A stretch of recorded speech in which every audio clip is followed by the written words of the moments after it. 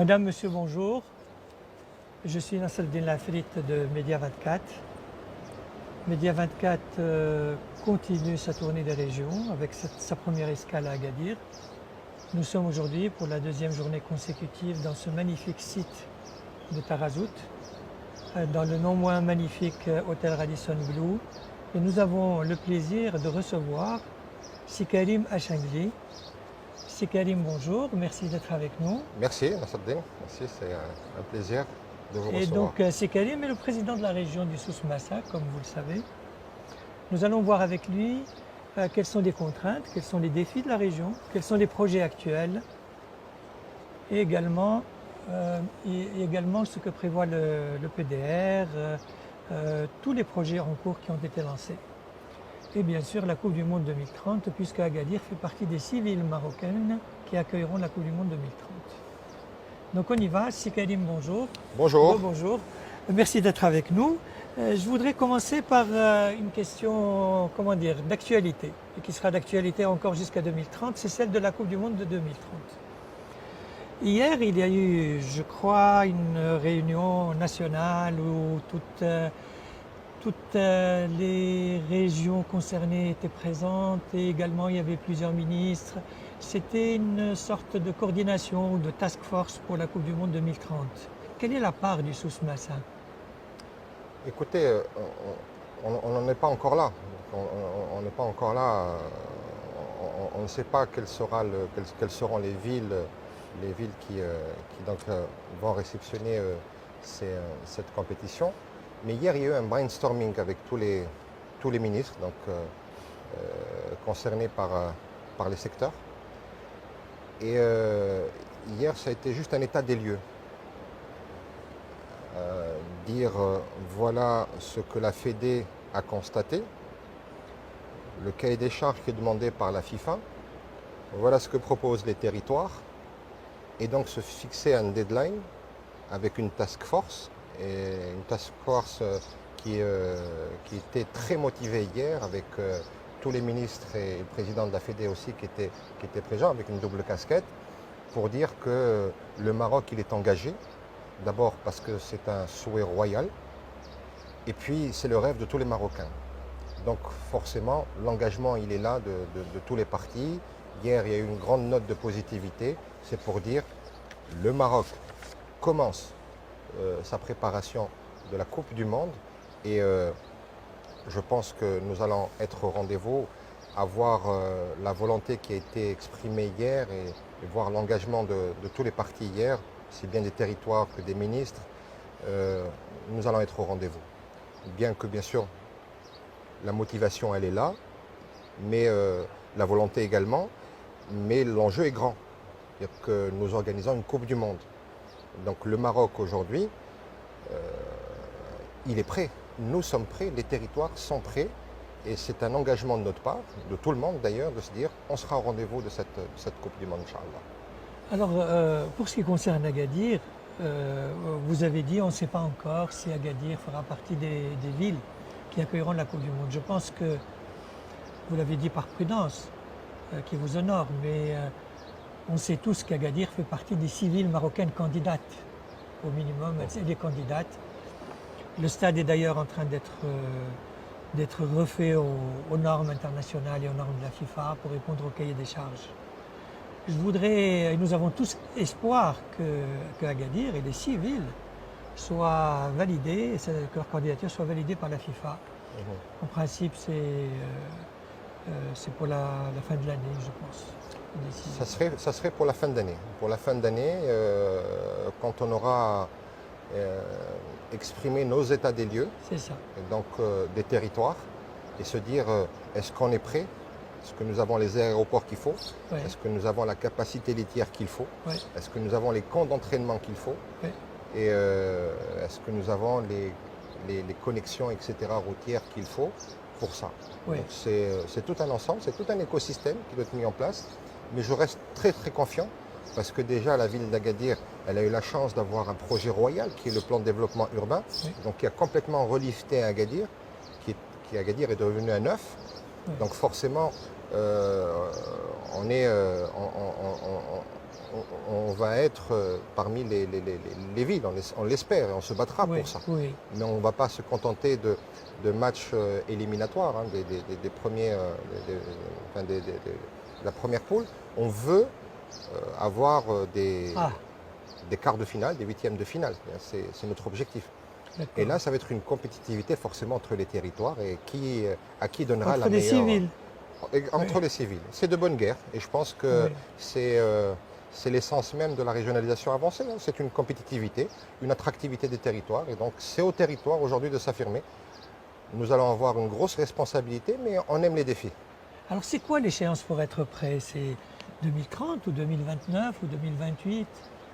Alors, c'est très simple. Aujourd'hui, la FIFA, hein, au regard de ce qui s'est fait dans d'autres pays, ils sont plus dans la prudence.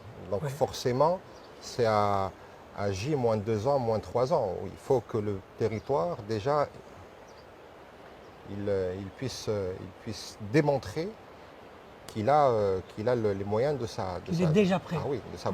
de ses ambitions, forcément. Et donc, je pense qu'on devrait être prêt en 2026-2027 pour déjà être dans les grandes lignes. Et Oui. puis le reste se fera forcément au fur et à mesure. Déjà montrer que nous avons les connectivités, que nous avons les aéroports, que nous avons les terrains, Oui. les stades. Et puis après, bon, c'est une question de maîtrise d'ouvrage. Alors pour l'aéroport, on sait que l'appel d'offres d'extension de l'aéroport a été lancé, l'architecte a été choisi. On ne connaît pas encore les dates, on ne connaît pas encore les délais. Pour le stade, il est en cours de réhabilitation et d'agrandissement. Il à est fait. magnifique d'ailleurs. Il s'inscrit parfaitement dans le paysage. C'est une belle œuvre architecturale déjà à l'origine. Bon, les stades d'entraînement, tout ça, ça ne doit pas poser trop de problèmes. Qu'est-ce qui reste? Il reste finalement peut-être le principal défi est l'hébergement, vu la situation d'aujourd'hui. L'hébergement, tout à fait. Vous êtes censé L'hébergement. avoir combien de lits? Écoutez, alors aujourd'hui, les recommandations FIFA, elles recommandent aujourd'hui un nombre de lits liés à toute la filière organisatrice. Oui. Maintenant, les visiteurs et les spectateurs qui vont venir, c'est à chaque territoire de donner la possibilité. Donc si on a 100 000 capacités de lits, on aura 100 000 personnes qui viendront. Donc ça dépendra en fait de chaque territoire. Donc, ce qui est requis, il faut qu'on le garantisse. Ensuite, ça va se faire. Qu'est-ce qui serait requis? C'est un nombre limité fixé de capacité litière qui est imposé par le cahier des charges de la FIFA. Et je dis une bêtise, peut-être qu'ils peuvent demander à Agadir d'avoir 15 000 lits qui est lié à toutes les équipes avec tout le staff d'entraînement, tout le staff de la FIFA qui accompagne donc ces matchs. Et le reste? Et le reste qui doit être offert. C'est pour les bien sûr. spectateurs. C'est pour les spectateurs. Donc, Ça peut être tous les hôtels que vous voyez aujourd'hui sur la côte de Tarazout ou sur Agadir ou sur les environs d'Agadir. on parle de 25 000 lits à 30 000 lits, non? On Au est, total? Au total, nous on est déjà à 48 000 lits, donc on est bien loti par rapport à ça. Donc on a une bonne capacité litière. Oui, mais une vingtaine d'hôtels sont fermés. Une vingtaine d'hôtels, c'est le challenge justement, c'est de les réouvrir d'ici là. C'est-à-dire que D'accord. ça va être un gros challenge de se dire il faut réouvrir, il faut rénover ces hôtels. Mais il faut réouvrir les hôtels qui sont fermés, mais il faut également rénover les hôtels qui sont là. Oui. C'est certains hôtels qu'il va falloir rénover, etc. Le ministère du Tourisme est en train de faire un excellent travail par rapport à ça. Ils sont en train de mettre en place des offres extraordinaires. Donc on sera prêt. Nous avons les outils qu'il faut pour ça. Vous pensez qu'on a ce qu'il faut, y compris les entrepreneurs hôteliers? Ah oui, bien sûr. Nous avons des D'abord. professionnels. Oui. Nous avons des professionnels et ça c'est très important. Alors, quand vous voyez aujourd'hui cette côte Oui. de Tarazout, ce sont des grandes marques, chaînes d'hôtels, c'est des professionnels. Oui. À Agadir, nous avons des professionnels aujourd'hui, des professionnels qui ont de l'endurance, hein, qui ont de l'expérience aussi. Oui. Hein. C'est des gens qui sont là depuis 40 ans et des gens qui connaissent bien le tourisme. Je suis très confiant par rapport à ça Oui. et j'ai totalement confiance par rapport à nos professionnels. On a l'impression qu'en ville, en tout cas à Agadir, il y a plusieurs hectares de front de mer qui sont bloqués par des hôtels fermés. Club Med, par exemple. Non, le Club Med, il a fermé, il a été repris par une oui. grande chaîne, Oui. une grande chaîne aujourd'hui qui va réouvrir, qui sera prête l'été prochain. Oui, c'est la grande chaîne, c'est TUI C'est TUI, tout à et fait. avec la famille Tarji et Marash. Tout à fait. Donc, ils seront là, ils seront au rendez-vous. Le Club Med a fermé à un moment donné. Donc, ça va être réouvert. Et Ça donc, va être réouvert. voilà. Hein. Donc, il y a eu une baisse de l'activité touristique pendant quelques années. Oui, On ne fera pas un effet de rétroviseur. oui, On ne demandera pas qui est le responsable. oui, L'activité, elle a baissé. oui, Aujourd'hui, elle est en plein développement. oui, Elle a même dépassé tous les chiffres espérés sur une programmation de toute l'année, ce qui ne s'est pas vu depuis les années de gloire d'Agadir. Donc ça veut dire qu'il va falloir qu'on se prépare. oui, Il va falloir qu'on se prépare, il va falloir qu'on maintienne justement ce rythme et maintenir ce niveau de qualité d'Agadir. Aujourd'hui, on a une ville aujourd'hui qui offre de l'animation et extrêmement variée. Nous avons des montgolfières, nous avons un arrière-pays avec de la randonnée, nous avons des pistes de VTT, Les nous nouveaux avons parcs. les nouveaux parcs, le Croco-Parc, le parc au Lion, d'autres parcs Oui. qui vont arriver. Nous avons le plus grand parc d'attractions et aquatique d'Afrique qui va ouvrir. oui, Donc sur la hauteur d'Agadir Ofella. Nous avons aujourd'hui un arrière-pays magnifique, Oui. le Toubkal aujourd'hui, qui fait partie de la région d'Agadir, oui, avec le lac d'Ifni, qui est une excursion extraordinaire. oui, Nous avons la visite de Taroudant, qui est une ville spirituelle extraordinaire, et qui a une histoire, une grande histoire. Et puis toute l'activité aquatique qu'offre Agadir, c'est extraordinaire. Nous avons des excursions à cheval, en 3 jours de randonnée équestre, c'est extraordinaire. Nous avons beaucoup de choses à faire. Alors aujourd'hui, on est beaucoup mieux organisé. Et je pense que, Inch'Allah, donc les hôtels dont tu viens de parler vont réouvrir très très vite. très bien. Mais on est bien d'accord sur le fait que le balnéaire, il y a déjà le soleil, mais le balnéaire est un atout important. Tout à fait. Donc, il est préférable qu'il y ait des hôtels en front de mer, dans la Oui. mesure du possible. Oui. Si demain il devait y avoir de nouveaux investissements, Mhm. où est-ce qu'ils seraient placés? On a l'impression que le front de mer est saturé. Oui, c'est-à-dire que si le front de mer est saturé, c'est qu'Agadir peut-être a atteint sa capacité. Oui, Aujourd'hui, les îles Canaries, qui ont toujours été un site de référence pour nous, aujourd'hui, on voit que les Espagnols et les Canariens aujourd'hui sortent pour aujourd'hui revendiquer qu'il n'y ait plus de tourisme de masse. Et donc peut-être qu'il faut prendre ça comme exemple et se dire, est-ce que le tourisme de masse peut nous intéresser? oui, Ou est-ce qu'on veut du balnéaire de luxe? oui, Et si on veut du balnéaire de luxe, ou du moyen et luxe, il faut qu'on se maintienne à ce qu'on a. exemple Mais Tarazout. développer. Tarazout aujourd'hui, je pense qu'elle a atteint, elle a atteint elle a atteint sa capacité en fait. hein. Oui, Il y a des mais hôtels. c'est un positionnement de luxe. C'est De un luxe, positionnement de du luxe. haut de gamme, oui. Agadir peut être mi-luxe, mi-balnéaire, c'est bien.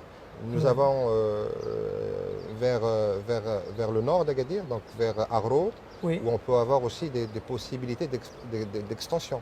Il est prévu peut-être que la station d'Agroud soit... qu'il y a un projet, non? Il y a un projet, c'est une éventualité. Est-ce qu'on pourrait aller vers le sud, vers le parc Massa? Le parc Massa, c'est plus compliqué. Oui. Le parc Massa, Sans construire dedans.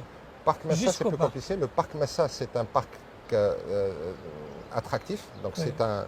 pour nous, c'est un site touristique sur lequel on doit capitaliser. D'ailleurs, il est dans la feuille de route du tourisme. Oui. Donc il va tout remettre à niveau. On va le redévelopper pour en faire un vrai parc national. Oui. Mais ça sera un site touristique. Oui. D'accord. Mais juste avant, est-ce qu'on peut construire au sud d'Agadir jusqu'à atteindre ou approcher le parc? Pour l'instant, non. Pour D'accord. l'instant, bon, déjà parce que le foncier est très compliqué à ce niveau-là. Oui, Et puis, il ne faut pas oublier non plus que nous avons une station de dessalement qui est à mi-chemin. c'est vrai. Et c'est important de dire que c'est une zone qu'il faut peut-être préserver. Oui, c'est juste. On ne peut pas tout donner au tourisme, hein, mais il faut aujourd'hui aussi réfléchir dans ce sens. Mais on est bien d'accord que les autorités doivent donner un coup de main, doivent s'impliquer pour qu'il y ait, comment dire, un renouveau, une accélération de l'investissement touristique dans la région. Ah, mais l'autorité a fait plus que son Fait, travail. fait. Elle a fait plus que son travail, j'en suis témoin. Et aujourd'hui, non seulement ils le font d'ailleurs très très bien, mais il y a d'excellentes choses qui arrivent sur le pipe. Je ne peux malheureusement pas le dire, pas le divulguer, mais il y a de très bonnes surprises Dans le domaine dans le touristique domaine toujours. touristique qui vont bientôt arriver D'accord. et qui seront portées par l'autorité. Vous pourriez peut-être nous donner une piste, Ah, quelques indications, malheureusement, c'est un des secret. indices. C'est un secret de Polichinelle, mais en D'accord. tout cas, il y a beaucoup de positivité et beaucoup de rentabilité en vue. Est-ce que le TGV serait un atout également pour le mondial? Que le TGV arrive à Agadir? Ah oui, forcément, bien sûr. Il ne peut être que ça ne peut être qu'un levier supplémentaire. Et pas seulement pour le mondial, Oui, hein, pour beaucoup de choses. oui, C'est qu'aujourd'hui, avoir une connectivité ferroviaire, oui, c'est quelque chose de fondamental. oui, Il ne faut pas oublier qu'Agadir est le centre du Maroc. oui, exact. Ça a été annoncé par Sidna Allah Yansro. Oui, بغا باش تكون جهه سوس مسا الوسط الحقيقي ديال المغرب اللي كيربط ما بين الشمال والجنوب فبالتالي يعني وسط جغرافي ديال الوطن عنده ميزه خاصه c'est un défi c'est pas quand on est il y a cette centralité elle a un centre d'intérêt à côté donc il faut la nourrir cette centralité et pour la nourrir il faut une connectivité ferroviaire entre autres qui est importante. on ne Mais peut pas que, être dans la centralité et être enclavé. et être enclavé. Et je pense que cette volonté royale, nous, on est armés par cette volonté royale. الحمد لله. مسلحين بهذه الإرادة الملكية وهي اللي تأتينا هذه القوة وهذه الإرادة باش نستمروا في هذا الحوار التنموي ديالنا. Alors, plus concrètement, le TGV Knitra Marrakech est déjà lancé. Oui. Il a été annoncé officiellement, il est déjà lancé. Pour Marrakech-Agadir, on attend encore. C'est vrai qu'il est plus coûteux, il y a des tunnels, il y a 37 km de tunnels qui sont prévus dans le tracé. C'est vrai qu'il sera au moins aussi coûteux que Knitra Marrakech. Mais bon, mais il n'y a pas de date, il n'y a pas de décision encore, n'est-ce pas? Il n'y a pas encore de décision. Je ne peux pas vous en dire plus parce que je n'ai pas d'éléments. Mais je sais que les études sont bien poussées. Oui, Je sais que nous avons un tracé d'autoroute qui est déjà là. Et c'est un tracé qui est une aubaine parce que ça va être utilisé, ça va être adossé. Donc cette zone sera Oui. adossée, c'est très important. Maintenant, l'échéance, je ne peux pas vous dire, mais je sais que les études sont bien poussées pour ça. et vous poussez vous-même pour que ce soit avant 2030. Ah, c'est notre rôle Probablement. primordial, bien sûr, en tant que territoire aujourd'hui. On va militer pour ça parce que nous avons besoin et de cette connectivité ferroviaire et de cette connectivité maritime qui est le port. Exact. Deux choses qui nous interpellent en tant que Très territoire. bien. Et on va militer pour Et ça. la connectivité ferroviaire, si jamais le TGV arrivait jusqu'ici, on pourrait penser que vous auriez des connexions également ferroviaires avec Taloudant, avec Saouira, avec, etc. Alors ça, c'est une deuxième étape. Ouais, Alors, il faut déjà, Tiznit. il faut déjà que le Maroc finisse déjà cette interrégionalité, C'est ça, la connectivité régionale, c'est ça. donc ferroviaire. Donc Tanger, Ouais. Rabat, Casa, Marrakech, Agadir en tant que région. Et après, on pourra passer à une connectivité interville. Et ça, c'est une deuxième étape. Très bien. Mais finissant déjà l'interrégion qui est Très bien. important. Et je pense que c'est d'abord la priorité. Très Et on bien. y va, on y va parce qu'aujourd'hui le sujet du transport interville et interrégion est une chose qui est extrêmement importante pour le développement des territoires. Et maintenant, peut-être aussi, la même chose est valable pour les autoroutes. Oui. Parce que les deux extrêmes de l'autoroute, les extrêmes de l'autoroute au Maroc, c'est Agadir, Oujda, Tanger. Donc ça s'arrête Ah non. à Agadir. Ah non, ça ne s'arrête pas à Agadir. Aujourd'hui, Sidna, il a lancé un projet, un méga projet aujourd'hui, la grande route du sud qui va jusqu'à Dakhla. Et aujourd'hui, nous avons une connectivité de Tanger, d'Oujda, Tanger Exact. à Dakhla. Aujourd'hui, nous sommes connectés par une autoroute. Vous avez bon, certains l'appelleront autoroute, et nous l'appellerons, et d'autres l'appelleront une voie rapide, mais c'est des voies aujourd'hui, C'est des voies quatre rapides. voies. Tout à fait. C'est des 4 voies à aujourd'hui fait. qui sont là. On les appellera 4 voies parce qu'elles ne sont pas payantes aujourd'hui. c'est extraordinaire. Oui, absolument. Mais C'est- une autoroute, c'est mieux, peut-être, non? Dans un premier temps, Dans un premier temps, ça va. alhamdoulilah, Très on bien. n'avait pas de route C'est il y a comme pour le quelques années. TGV. Quand on l'aura, ce sera alhamdoulilah. Exactement, tout à fait. Très bien. Tout à fait. Alors, vous avez parlé de connectivité, donc la question du port se pose. Est-ce que ce rêve d'avoir une ligne de cabotage avec Tanger Med et une autre ligne de marchandises avec Dakar, une troisième avec Abidjan, est-ce qu'il y a un horizon pour ça? Est-ce que c'est faisable? Non seulement c'est faisable, mais c'est urgent de le faire. D'abord parce que le dernier discours de Sidna Allah Yisro, il a parlé de cette Oui. il a parlé aussi de cette dimension atlantique. Oui, Donc quand il a parlé, Sidna, de cette dimension atlantique, il a parlé du littoral, Oui. qui est très important aujourd'hui. Alors est-ce que nous avons assez mis en valeur notre littoral ou pas? Oui. Et est-ce que nous avons aujourd'hui assez travaillé cette dimension africaine? Oui. Et cette dimension africaine, à mon sens, elle ne peut être travaillée que par la création de lignes maritimes. Aujourd'hui, il est important et primordial pour que le hub Agadir, le hub région du Sousse, puisse s'imposer. Il faut qu'on ait des lignes maritimes. Donc des lignes maritimes qui sont déjà prévues, qui sont sur le pipe. Nous sommes en négociation avec deux ports essentiels, celui de Dakar et celui d'Abidjan. Et un autre port qui est en négociation, c'est celui de San Pedro en Côte d'Ivoire. Ce sont les premières lignes maritimes qui vont déjà donner un vrai boost à l'activité aussi bien agricole que économique, hein, de manière générale. Très très important. et Tanger Med.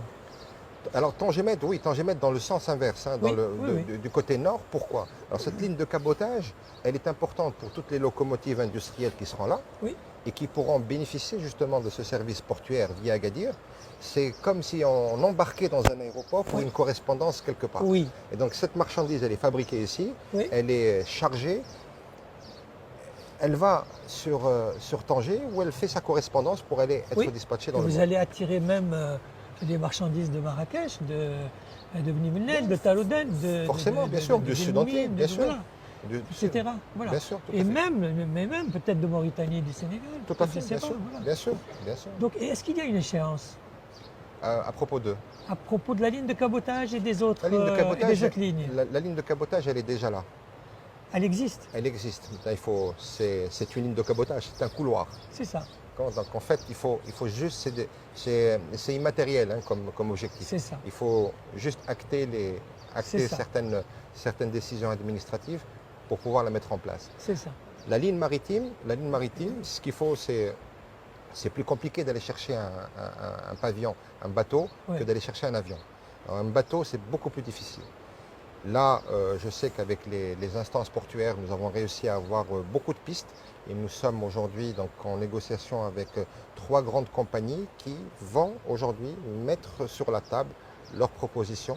Et leur proposition, c'est de dire, ce sont des bateaux qui vont prendre par exemple 120 camions, qu'ils vous demanderont de garantir 80 camions, d'accord? Et donc forcément, la région viendrait, ou les instances de l'État viendraient donc en subvention d'équilibre. C'est Donc ça. si ce bateau ne prend que 60 camions, il sera demandé à la région C'est ça. de financer les 20 C'est ça. autres. Dans vos rêves, ces lignes-là commenceraient quand? Les lignes vers le sud? Les lignes vers le sud, j'aurais souhaité qu'elles commencent hier, mais elles commenceront sûrement très bientôt, dans les mois qui suivent, Inch'Allah. Ce sont des compagnies internationales. Ce sont des compagnies internationales. D'accord, d'accord. Et bien là, en parlant du maritime, nous parlons également indirectement ou directement de logistique. Oui, forcément, c'est... Quand on fait le tour un peu des opérateurs économiques ici, il y a un mot qui revient tout le temps, c'est le port sec. Oui, Et tout le monde nous dit où est-ce que ça en est, où est-ce que ça en est le port sec, pourquoi il n'est pas encore là, parce qu'il y a eu la convention qui a été signée il y a une... il y a avec une- TMSA, avec CDG je crois et la région. Tout à fait. Non. Donc là, alors le port sec a été signé. Donc c'est un MOU qui a été, Oui. donc un mémorandum d'entente qui a été signé avec des partenaires.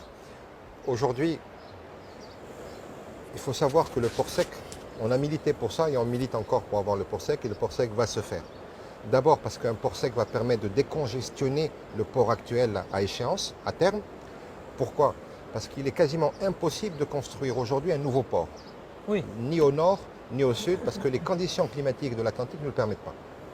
Donc il faut se contenter de ce que nous avons. Nous avons un port actuel qu'il faut peut-être agrandir vers le nord, ce qui est prévu, mais pas que, il faut un port sec, parce que c'est un port qui va permettre de décongestionner toute l'activité du commerce extérieur, donc tous les conteneurs avec des espaces de conteneuring, Oui. mais il va y avoir des dépôts aussi. Exact. Et ces dépôts peuvent être des leviers pour tous les investisseurs et les entrepreneurs locaux. Oui. Donc c'est un service extraordinaire qui peut que relever l'attractivité de notre Avec région. probablement un partir à côté, avec... Un partir à côté de fait. de fait, Mais oui. ça ne sera pas un partir pour la logistique, hein, parce qu'il faut différencier entre un parc logistique et Et un parc port à sec. conteneurs peut-être. Un parc conteneur, il y sera, forcément il y sera. Parce qu'un port sec, ce n'est pas de la logistique, hein, ce n'est pas du supply chain pur et dur. Hein, on est dans l'offshore, hein, on sera dans une zone franche, on sera dans une zone d'accélération. Donc il faut comprendre ça. Donc le port sec, ce n'est pas un port, nous sommes dans une zone offshore. Et où est-ce qu'il en est le projet de port sec? Parce qu'après le MOU qui a été signé, qu'est-ce qui a été fait? C'est très simple. Alors, il y a des procédures administratives. Il faut extraire un foncier qui appartient donc à un partenaire. Vous savez qu'on est dans une zone franche, donc c'est un décret. Donc il faut décréter ce foncier. Et il y a un autre décret sur lequel il faut travailler, sur lequel les ministères sont en train de travailler. Il sera prêt très bientôt, dans les semaines à venir. Et ce décret aujourd'hui qui extrapolera cette partie du foncier qui est dans la zone franche pour pouvoir la dédier au port sec et décréter le port sec comme projet également. Vous avez une idée d'un horizon? À l'horizon, on essaiera de commencer, Inch'Allah, les travaux, bidnillah, avant la fin d'année, Inch'Allah. Et ce sera terminé une année après? Ça sera terminé dans les 18 mois après. C'est quand même un gros chantier. Et quand ce sera opérationnel, ça facilitera l'entrée en vigueur ou bien l'accélération de la ligne de cabotage, logiquement. Oui. En tout cas, il y en aura fréquemment. Tout de plus en plus fréquemment. à fait, forcément. Parce que la matière sera là. Forcément, forcément. Alors, la région que vous dirigez, dont vous êtes le président, est une région qui est peut-être la région la plus complète au Maroc sur le plan socio-économique. Vous avez le tourisme, on en a parlé. On a parlé un peu de logistique. Vous avez tout ce qui est halieutique, vous avez l'agriculture, vous avez l'industrie, vous avez les zones industrielles. Donc, parlons un peu des autres points dont nous n'avons pas parlé. L'agriculture, l'eau est une sacrée préoccupation dans la région. Forcément, bien sûr. Pas que dans la région, elle est aujourd'hui, c'est une problématique qui se pose dans tout le royaume et dans le monde entier. Oui. C'est qu'aujourd'hui, le stress hydrique, l'eau est devenue une problématique. Oui. C'est devenu une problématique, mais aujourd'hui, nous avons, grâce à Dieu, Sidna Allah Insro, avec cette vision qui a été mise en place. Oui. D'avoir déjà des barrages, Oui. une grosse politique de barrages, Oui. ce qui est fantastique. Oui. Nous avons des unités de dessalement, donc une à Agadir, une à Laayoune, une deuxième à Agadir bientôt, à Tiznit, une à Casablanca et d'autres qui viendront. Et la première unité de dessalement de grande taille, elle a été lancée à Agadir. Tout à fait. Elle a ouvert à Agadir. Et la pose de la première pierre et le lancement des travaux ont été faits par Sa Majesté. Tout à fait. Qui a également présidé le lancement du PDU. Tout à fait. Et également du plan régional d'accélération industrielle. Tout à fait. Le seul PDU, le seul plan d'accélération industrielle qu'il a signé lui-même. Tout à fait. Dans une région, c'était ici. Exactement. Alors c'était en fait... C'est pour conforter ce que vous avez dit. Tout à fait. Donc c'était une déclinaison du plan d'accélération industrielle. Oui, c'est ça. Et c'était la première région à bénéficier justement de cette déclinaison. Et c'est ce qui a un peu marqué le tournant de l'industrie régionale. C'est ça. Ce plan d'accélération industrielle, aujourd'hui, ça nous a réorientés. Oui. Parce que vous l'avez dit, nous sommes une région qui a des effets publics assez fort, hein. Nous avons aujourd'hui beaucoup de potentialités. Oui. Nous avons un secteur de l'agriculture, Oui, mais que que nous ne valorisons pas beaucoup. Donc nous Oui. ne transformons pas beaucoup. Idem pour la pêche. oui, Ce qui fait qu'aujourd'hui, ce plan d'accélération industrielle nous a réorientés en créant de nouveaux métiers, de nouvelles industries. Donc la parachimie, la chimie, l'écosystème automobile. Donc tout ça, ça a été créé et qu'on ne connaissait pas, qu'on ne maîtrisait pas à un moment donné avant le plan d'accélération industrielle. Aujourd'hui, walillah alhamd, donc il y a une réelle politique industrielle qui s'est créée, une révolution industrielle qui est en train de se créer. Il y a des zones industrielles aujourd'hui, il y a une offre de zones industrielles assez conséquente. Nous avons une zone franche, l'une des dernières hein, au Maroc. Donc nous avons de quoi aujourd'hui nous réconforter et nous avons les moyens de notre attractivité au niveau de la région. oui. Il y a des investissements récents importants comme celui de Léonie.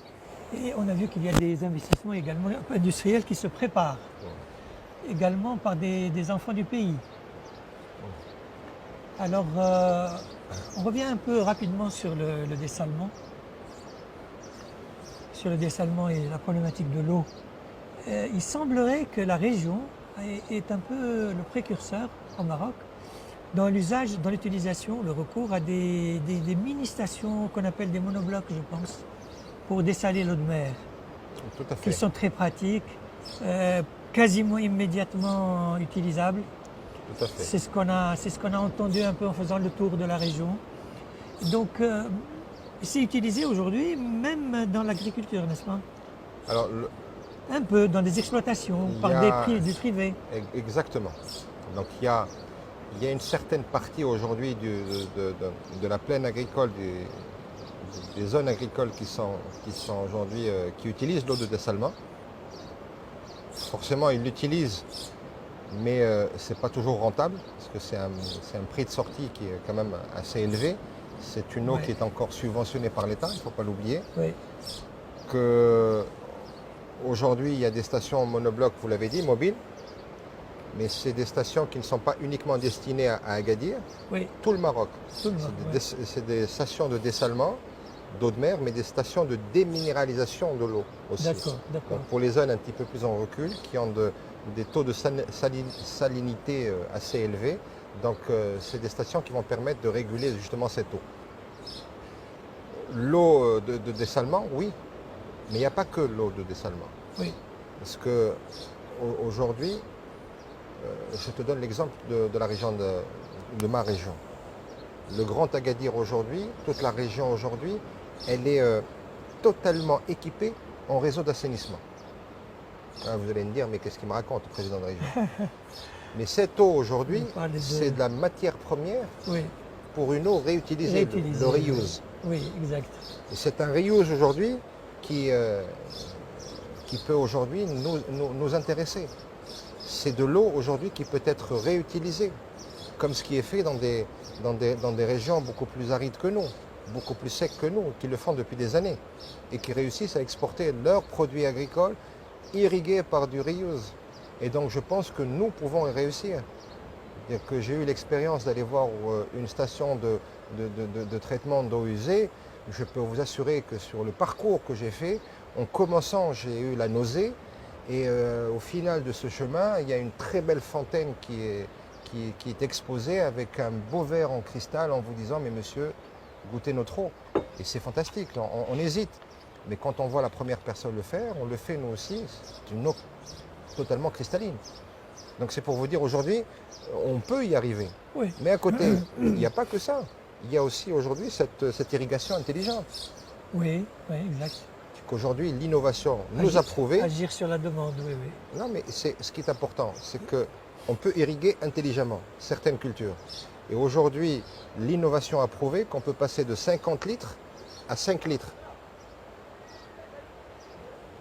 C'est vous dire que... Réduire des 2 tiers. Redire de beaucoup plus, du dixième.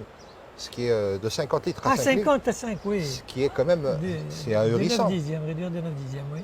Ensuite, je pense qu'il faut كاين واحد العمليه تحسيسيه وتوعيه بالنسبه للمواطنين المستهلكين ديال الماء باش يعرفوا بان الماء ولات واحد الماده حيويه une matière qui devient de plus en plus rare qu'il va falloir aujourd'hui maîtriser avec beaucoup d'intelligence Oui.